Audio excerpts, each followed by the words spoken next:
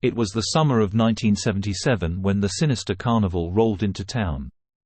I was just a teenager back then, full of youthful curiosity and a reckless desire for adventure. The carnival arrived on a humid July evening, casting long shadows across the sleepy streets of our small, forgotten town. The familiar scent of popcorn and cotton candy mingled with something more ominous in the air, a scent that sent shivers down my spine. The townsfolk gathered in hushed clusters, their whispers carrying rumors of the carnival's dark past. They spoke of curses and disappearances, of strange occurrences and twisted attractions that had left scars on those who dared to enter. But as the sun dipped below the horizon and the first flicker of carnival lights pierced the gathering darkness, our curiosity got the better of us.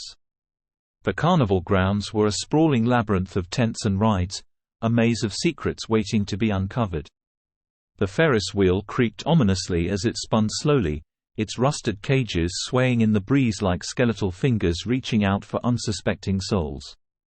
The laughter of children echoed through the night, but there was something unnatural about it, something that sent shivers down my spine. I ventured deeper into the heart of the carnival, drawn by a flickering neon sign that promised, "The House of Mirrors, where reflections lie."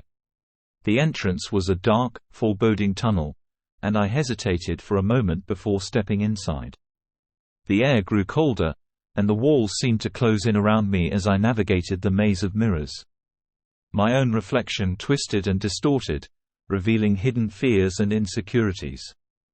As I stumbled through the maze, I couldn't shake the feeling that I was being watched. I turned a corner and came face to face with a mirror that held no reflection at all, only a void of darkness that seemed to reach out for me. I backed away, my heart pounding, and finally found the exit. But as I stepped out into the dimly lit carnival, I realized that something was terribly wrong.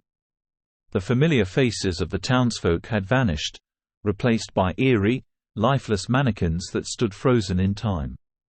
Panic set in as I tried to make sense of the nightmare unfolding around me. Desperate to escape, I made my way to the carnival's centerpiece, the grand tent that housed the ringmaster's menagerie.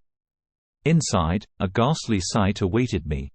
Cages lined the tent, each holding a grotesque creature unlike anything I had ever seen. There were creatures with multiple heads, creatures with no heads at all, and creatures that defied all logic and reason.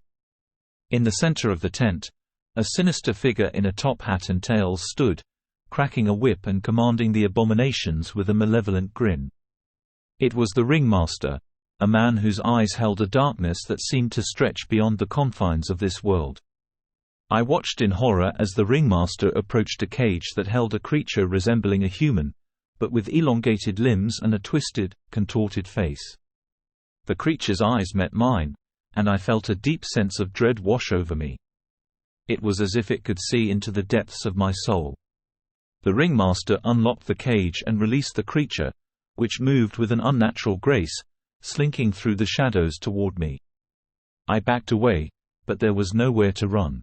The creature's bony fingers brushed against my skin, and I felt an icy chill seeping into my very bones. In that moment, I understood the price of admission to the Sinister Carnival. It was not paid in dollars or cents but in the currency of one's deepest fears and darkest secrets. The carnival fed on our vulnerabilities, our insecurities, and our most hidden sins. As the creature's grip tightened around me, I felt a rush of memories flood my mind, memories of lies told, promises broken, and betrayals committed. I saw the faces of those I had wronged, their accusing eyes staring into my soul. It was a reckoning, a judgment for the sins of my past.